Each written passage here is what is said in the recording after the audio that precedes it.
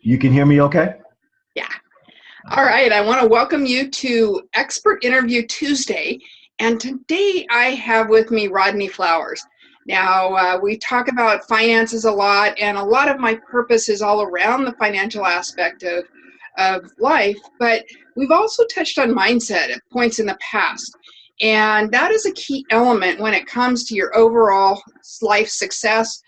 Finances is a piece of the puzzle, but mindset is even a larger piece, I would say.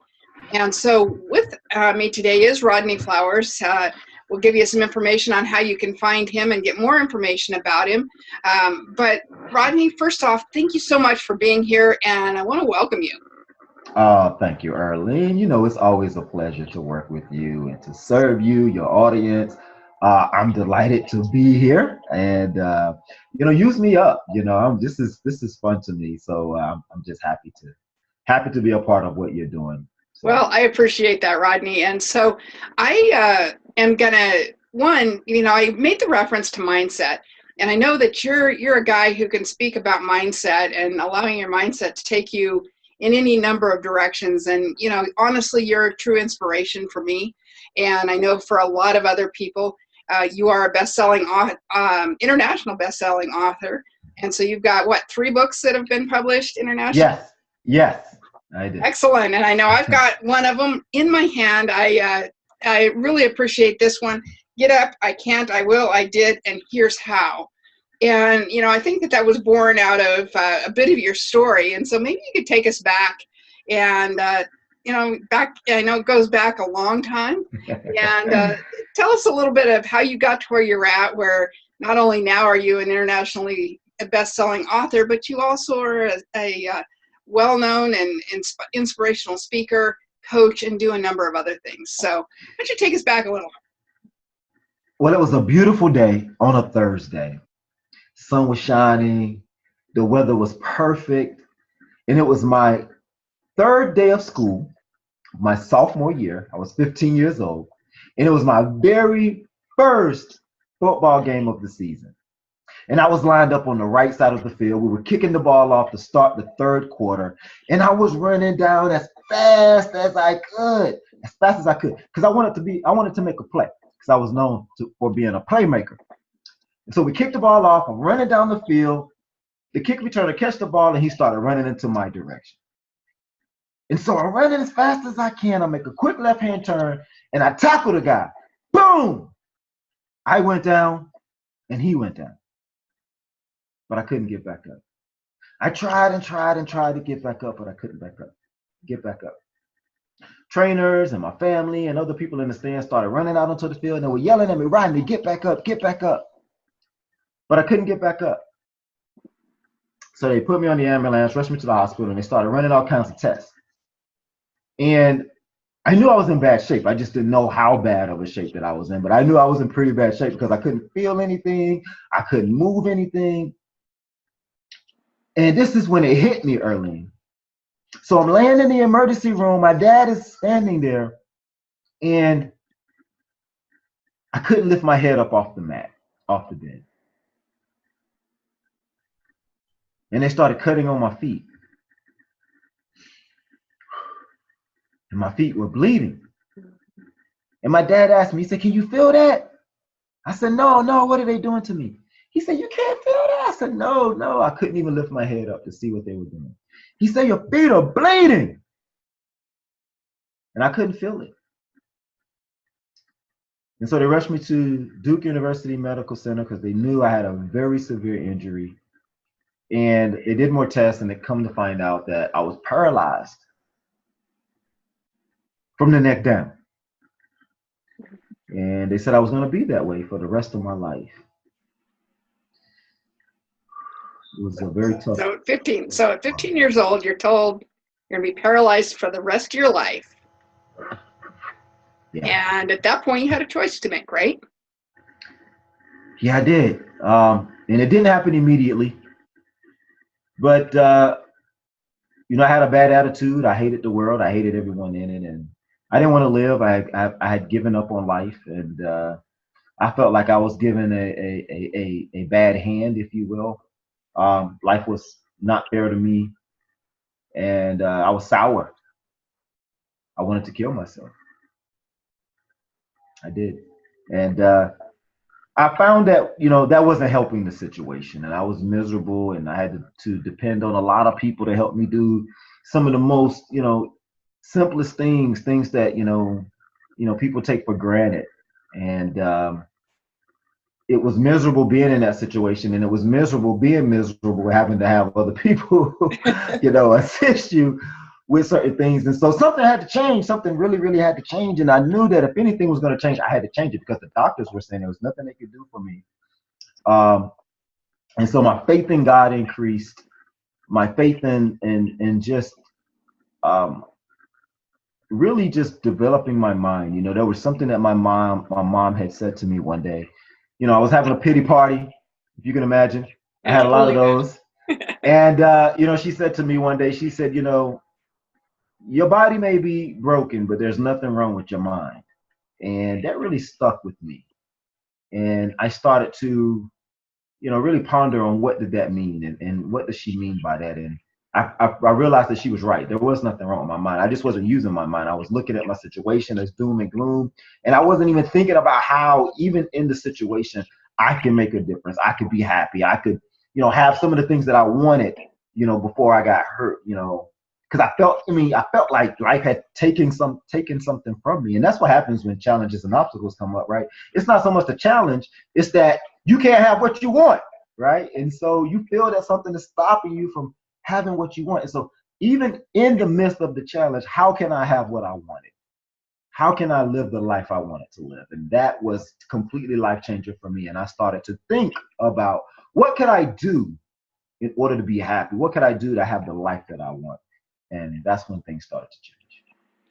Yeah, and I know, you've got definitely. I had the pleasure of meeting your dad, a special man in your life, and also your mom. I think that they have, at different points along the way, they've done some really amazing things that have helped you to stretch into the person you are today. And I know, I really appreciated the story you shared at one point about your mom, and you got home from the hospital, and you were finally out of the hospital, and at least you weren't flat on your back, and you had your very first home cooked meal, the good old Southern fried chicken. And so your mom helped you out. But why don't you share that story, because I think that that's another example of one where sometimes people around us do things that we think are cruel, when in the end they're the very best thing that can happen for us. Well, I'm a firm believer in tough love, and this is a great example of tough love. But yeah, I mean, it was my first time, really coming home and having a home cooked meal. My mom had prepared this homecoming meal for me, and I'm sitting at the table. She's feeding me, because I can't feed myself. I haven't mastered that at all. And she's, feeding me this fried chicken. And I mean, you can imagine, having been in the hospital for an extended period of time, you come home and you get to eat your mom's cooking. Oh man, it was great. And so she's feeding me, and I'm just enjoying this meal. There's no struggle with it. No struggle with this meal. It's just savory. And, she asked me a question. She said, "Is it good to you?" I said, "Yes, it's good. It's good, Mom. You really did it." And she said, "Okay." She puts the fork down. She said, "If you want the rest, you're going to have to figure out how to get it yourself." And she walks away, right? And she dares my dad, she dares my sister, anyone to come in the kitchen and help me. And so they're in there watching their favorite TV show, and they're like, "Hey, you need to hurry up because you're going to miss the show." And I'm struggling. I have this, misconfigured fork, it's kind of bent and into a slant. It kind of made it adaptive so I could attempt to feed myself. But I hadn't mastered that at all. I didn't have the dexterity in my hands to handle the chicken, let alone anything else on my plate. So more food got on my body and on the floor and on my pants than anything else. And it was horrible, to say the least. It was really horrible, but it taught me a lesson. As horrible as it was, I knew that there was going to be struggle, and I was going to have to overcome it. I couldn't depend on anyone else. I was going to have to be strong and figure out a way. And I think that was the key to that, is figuring out a way to get what I needed to get done. And that was a lesson that still today sticks with me, because it's a lesson of perseverance and, resilience, because every day after that, no one fed me anymore. It was like, you got to figure this out. And, it's amazing what you do when you're hungry. You know what I mean? So yeah, that was a real good lesson for me. I still give my mom a hard time about that even till today. Yeah, but I think that, again, that was one step in helping you create you into the person you are today. I see you walk, I see you feed yourself, and you're past those things. Now you do still need a little bit of help from people, in that your body hasn't given you back the full mobility that you had as a 15-year-old football player that was going to go pro one day. But beyond that, you've done some other amazing things. And I think that, the point here is it really does come down to a mindset. And so, yeah, you had those times where it was really tough.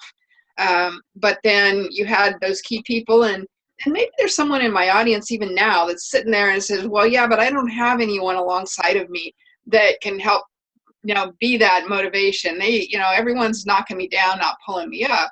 And so I'm hoping that even this can be an example of an opportunity to say, there's someone, we're going to be here alongside of you, helping to pull you up if you choose to focus on that. And so it really does then come down to a mindset. You could have believed that you were going to be in the hospital, paralyzed from the neck down for the rest of your life. And as long as you believe that, that's where you'd still be today, right? Yeah, absolutely. Actually, they were making plans for me to not only just be in the hospital, but be in like a nursing center or like a rest home or something for the rest of my life. And that was the most crushing thing to me. And it was very threatening at the same time. And so I made up my mind that's not going to happen to me. I didn't know how I was going to figure that out. But I did. And to your point, to your audience, environment is everything. There may be a person that's thinking, yeah, I don't have anyone to support me, but you can change your environment. That's something that you can control. That you may have to be with those people for certain amounts of time, but it doesn't mean that you can't fill your mind up with other things. You have the internet now. There's access to certain types of information, and you can go find people. I mean, there's podcasts, there's YouTube, there's other coaches out there that has websites with information and videos. I mean, there's all kinds of stuff that you can really, attach yourself to in order to get the information you need to develop the mindset to overcome, and so creating that environment was key. It was key for me. I mean, I was blessed to have a family that supported me. But even after, I didn't stay there. I went to college, and I eventually left college, and I moved out on my own. And that's something that I really protected, was my environment. Who am I around? What type of things am I around? What's going into my mind? Because I knew if I didn't have it right in the mind, I wasn't going to have it right anywhere else in life, given the circumstances. So wherever you are, whatever circumstance you have, creating that environment is critical. And there's no excuse. And I don't mean to be harsh. There's no excuse, because maybe it's mom, maybe it's dad, maybe it's someone that's close to you, and I get that, and that can be challenging. However, like I said, you have access to so much information. You can get your set of headphones. I'm sure you have, these day and age, everyone has a phone with internet, and and look for people that's game changers. Look for people that's making a difference, that have a positive impact. Disassociate yourself with things that don't empower you, that brings you down. You have control over that, and you want to protect it and create a space that's conducive to you growing and being successful in life. Yeah, and one of the things that I've talked about in my community is that the one investment you can make that can never be taken away from you is in yourself. And so as you start looking at your investments, it's an investment of your time. Sometimes it's an invest of your money. It's an investment in both of those, but it's also a matter of making sure that you really are surrounding yourself with the right kind of people. And I know that, you hit that point. There's many who say, your life is going to be dictated by the top 5 people you spend the most time with. And so if you've got people that are bringing you down, you're going to do nothing but go down. And so obviously, You had family that was there supporting you, or kind of helping to pull you along to some extent. But there was a point in time where that wasn't, you were out on your own, and you then started making those choices for yourself as well, Yes, right? absolutely. And so I know that a lot of the things you teach is the positive possibilities, like Positive potentials. a Positive positive potential. potentials. Yes. Yeah, Yeah. Yeah. So I mean, I love the positive potentials because anytime you're in a situation, right, wherever you are, whatever challenge, whatever obstacle that may be in front of you, even if you have a goal or a desire that you're trying to reach, you know, it may seem challenging, and it can go either way. There's potentials either side here because this is all about making decisions, having the right mindset. And when you don't have the right mindset, there's the potential to drift. There's potential to go off and allow some of these negative things to happen, and some of these things just exist by default. It's just life, so to speak. You have to be strong and resilient to overcome. But what we want to do is focus on what are the positive potentials in any given circumstance that we are in, right? And that's the key to being resilient, right? Because there's there's opportunities for a lot of stuff to happen, for things to go awry, for you to fall short, to fail. I got it. And I'm not saying those things are not real, but it's what you focus on that really makes the difference in your journey, where you end up, your destination. And when you focus on what's the positive potential, what is the positive things that could happen out of here? What are the positive possibilities? And when we focus on those things and then we align ourselves and our actions with the things that are going to allow those positive potentials, those positive possibilities to come forward, right? And so there's a potential for you to do something great. What are the action steps? What are the things that you would need to do? Who would you need to associate with? Who would you need to be? How would you need to think? All right. What type of structure would you need to have in your life in order for that positive potential to come forward? Right. And it may be a slim chance that that possibility will come forward. And that's why I believe in giving yourself the opportunity of possibility. And what I mean by that is that even though it's a slim chance, if you put yourself in position for that possibility to take place, you don't know what may happen. And when you put yourself in that place where possibility can happen, give yourself the opportunity of possibility, 9 times out of 10, whatever happens is better than where you are right now. And then when you get to that place, you'll find that there's more opportunity, more possibility. And you get into a habit of giving yourself the opportunity of possibility, your life begins to change. And that's called transformation. And this is really what being resilient is all about. And so 2 things: focus on your positive potentials and give yourself the opportunity of possibility. yeah, absolutely. And I think yours is a really good example of life where at one point your positive possibilities, the vision you had was, you were working hard, and as a young 15-year-old, you had a strong work ethic. You wanted to be good in your craft when it came to football. You were out there working harder than the rest, and you had your mind focused on where you were going in the future. And then you had life happen in the middle of that, which then took that opportunity away. And you eventually found your way to the path of finding the positive possibilities. And as a result, your life has gone to levels that you can't even have imagined as a 15-year-old, right? Absolutely. And if I can just provide a little bit of clarification to what you're saying, yes, the opportunity of playing football, chasing girls the way I wanted to chase girls, let's be real, and living that life as a 15-year-old. I mean, there was some good and bad, with Right. that. But that opportunity was sort of taken from me, right? But it created another opportunity which I did not see in the beginning, right? And so it wasn't until my mind started to shift, when I started to actually use my head, use my mind, that I seen a positive potential. And that potential was to be successful in spite of the accident. And then I seen you have the ability to inspire people in spite of the accident, right? And so I started focusing on increasing my education, feeling good things up in my mind. And what I found that I was able to do some things that I didn't think I was going to be able to do, like finish school, go to college, Mhm. get a job, right? And so that created even more possibilities. And so I started to see those things, and I started to put myself in a place for even more things to happen because I mean, I'm a three-time international bestseller, I'm a speaker.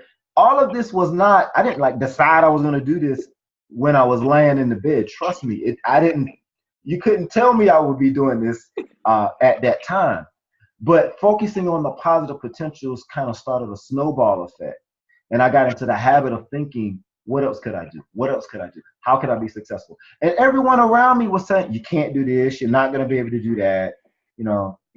And so one way that I changed my mind is I stopped focusing on what I couldn't do, and I started focusing on what I could do, right? And that was life changing, right? And so once I started focusing on what I could do, I mean, that's when all of the possibilities really just revealed themselves, and there was just there was no limit to what I can do at that point.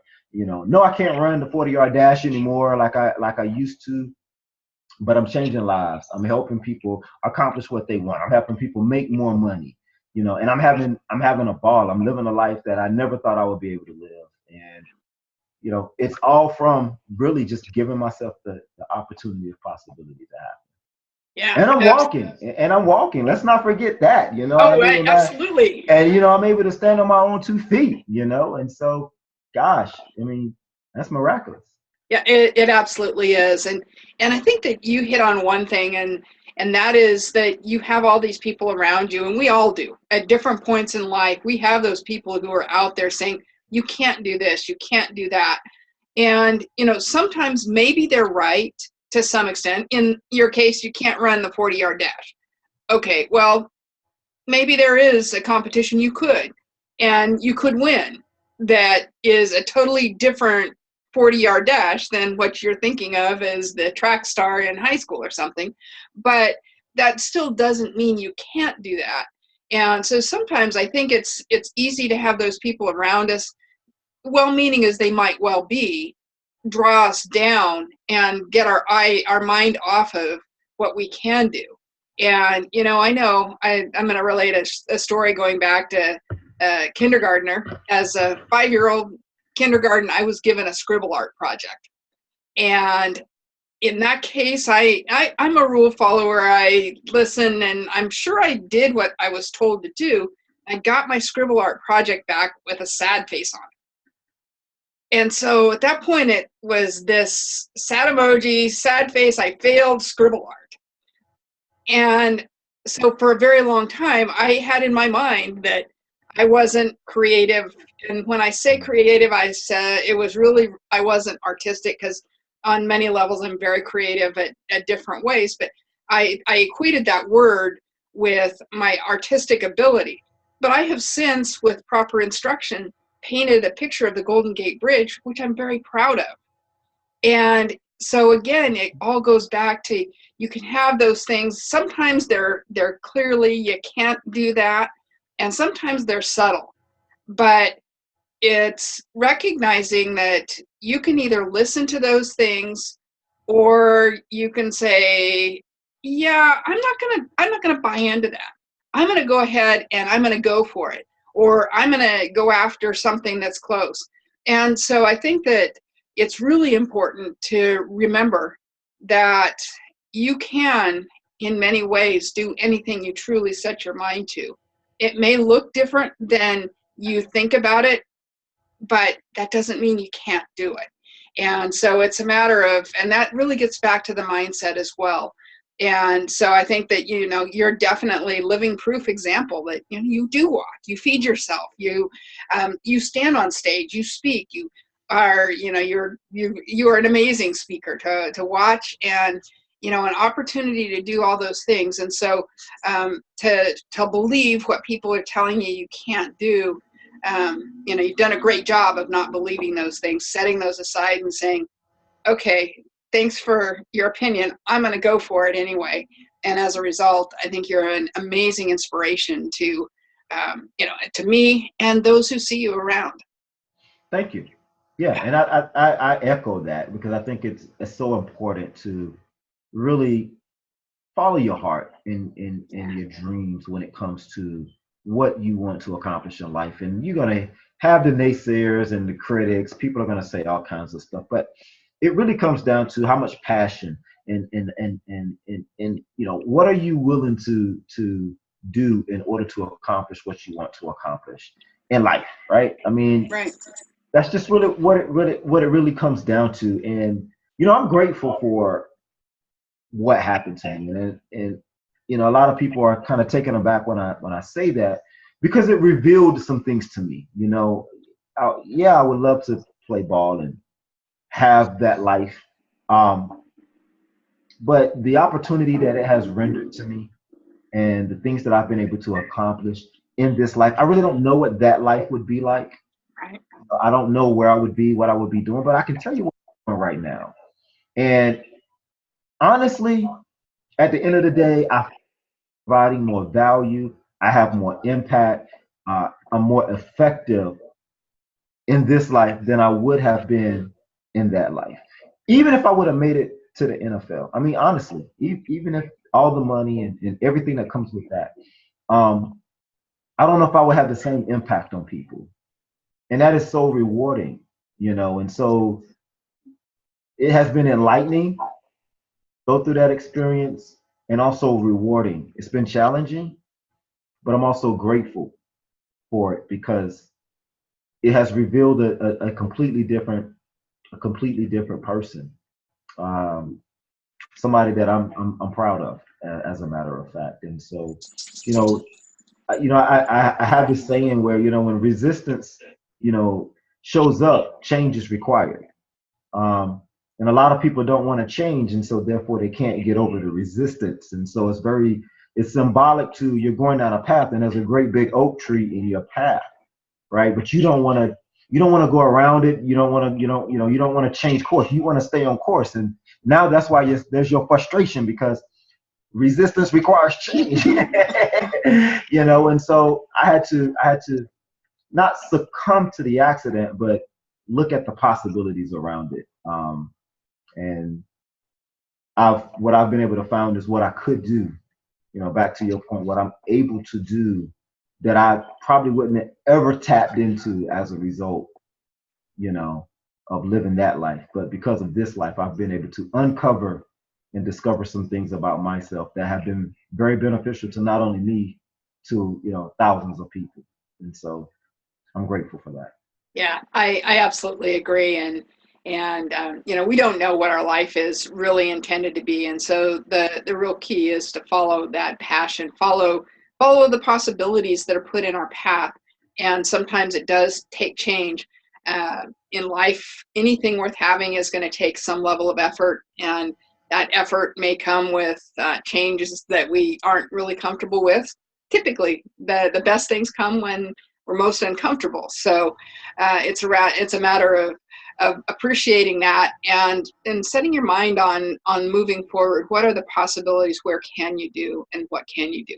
Now, Rodney, there may be someone here that says, "Hey, I would absolutely either love to get my hands on your book, or I'd like to talk to Rodney, or um, you've got a website that they can connect with you through. Is that right? Ab- RodneyFlowers.com. Absolutely. RodneyFlowers.com. I have a great podcast if you want to hear some amazing interviews, or I just kind of going on some topics, talking about some topics, giving you some insights on how to be a game changer, get over resistance. That's on the website as well, RodneyFlowers.com/podcast.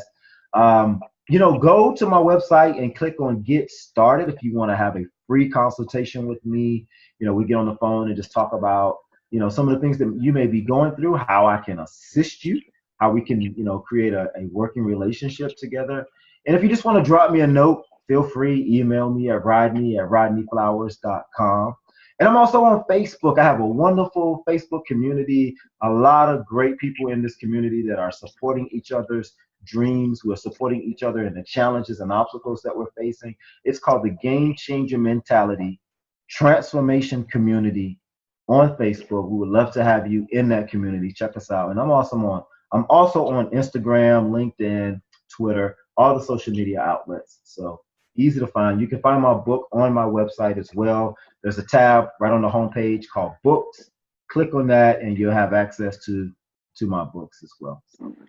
Well, excellent. Well, Rodney, it's been such a pleasure to have you. I really appreciate your jumping on here. And honestly, you are an inspiration to those around. I know you're changing lives each and every day as a result of your story and as a result of your resilience, your willingness to step up against the rest of what everyone else said was going to happen with your life. And so I appreciate you, and so appreciate you being here and sharing that focus, and it's just opportunity for us to reflect on our mindset and realize that we can choose, and it's a choice of either saying I can't or how can I, and that choice is really that simple to say. And some days it's easier to do than other days, but where you make that change in your language, you're going to find amazing things start happening. That's why I titled the book with the subtitle, I can't, because that's where I was. But then I made a decision that I can and I will. And I did. Right. And so absolutely, I agree with that 100%. Awesome. Well, Rodney, thank you so much again. And I will talk with you soon. And again, anyone who wants to reach out to Rodney, rodneyflowers.com, amazing content, amazing information. And, maybe there's someone out there that says, hey, I have this event that would be awesome if Rodney could speak at. He's also a speaker, and so I'm sure he would be absolutely excited to connect with you on that as well. So with that, I'm going to let Rodney go, and we will see you all again with another expert interview on next Tuesday. Have a great evening. All right.